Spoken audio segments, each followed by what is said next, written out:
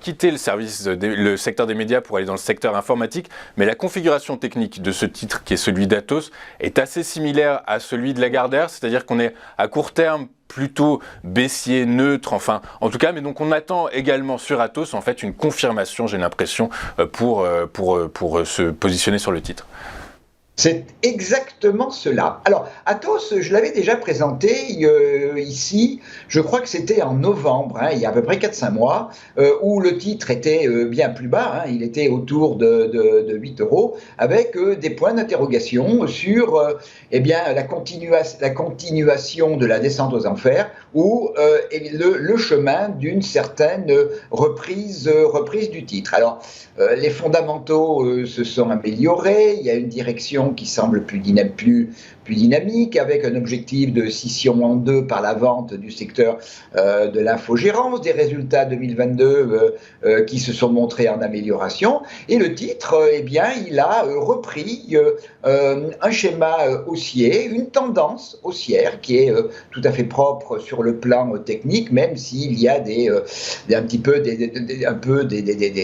mouvements de consolidation un petit peu fréquents. Mais quand même, le titre, depuis la mi-décembre, est quand même passé de 8,40 € à 15,30 €, c'est-à-dire pratiquement 80% de progression. Alors, c'est plus facile de prendre 6 ou 7 euros quand on est à 8 que quand on est à 100 ou 120. Alors, le titre, lui, il est, et c'est là aussi, on va voir que c'est un pari, il est dans une tendance haussière. Il a vécu ces 10 derniers jours, une phase de consolidation. Dans la période de montée, on avait ouvert à la mi-février un gap de bonne taille, qui faisait quasiment 0,6 ou 0,7 euros.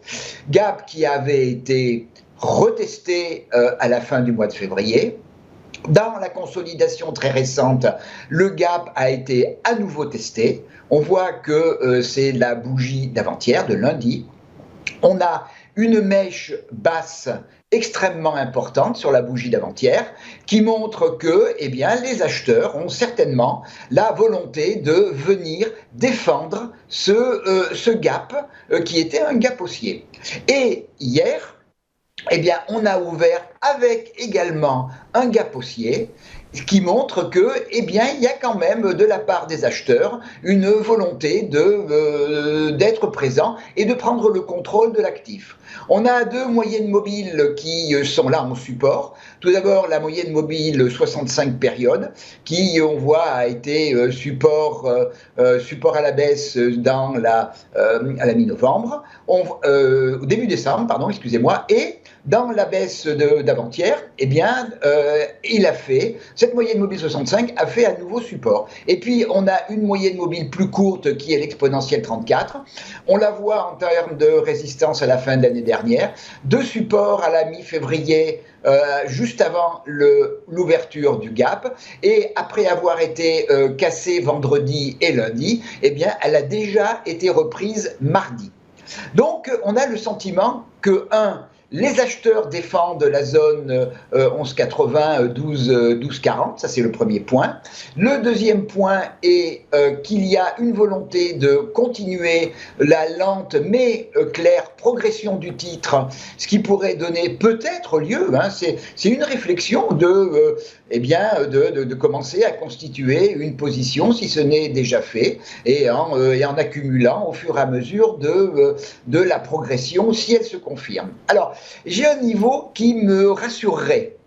C'est un peu pour répondre par avance à la question que vous m'avez posée sur Lagardère, à savoir que si en clôture quotidienne, dans les jours qui viennent, on franchissait 13,86 €, qui est un ancien plus haut, qui est l'avant-dernier plus haut dans la tendance haussière à la mi-février. Si on franchissait ce niveau, et d'ailleurs ça a été un niveau de résistance, ça a été un niveau de support il y a une dizaine de jours. Donc si on franchissait ce niveau, ça donnerait un peu plus de grain à moudre pour les acheteurs en direction de 15,39 €, puis 16,40 €. A contrario, la rupture de 12,10 € et pire encore, la rupture du gap, le comblement du gap qui a été ouvert mi-février, eh bien, pourrait renvoyer derrière le titre vers la zone du gap qui a été ouvert en début d'année autour de 9 euros, 9,50 €. Donc, c'est un peu ce niveau de 11,89, 12 euros qui est vraiment le niveau qui serait l'invalidation d'un mouvement haussier et qui serait quelque part un peu une forme de renoncement du camp acheteur.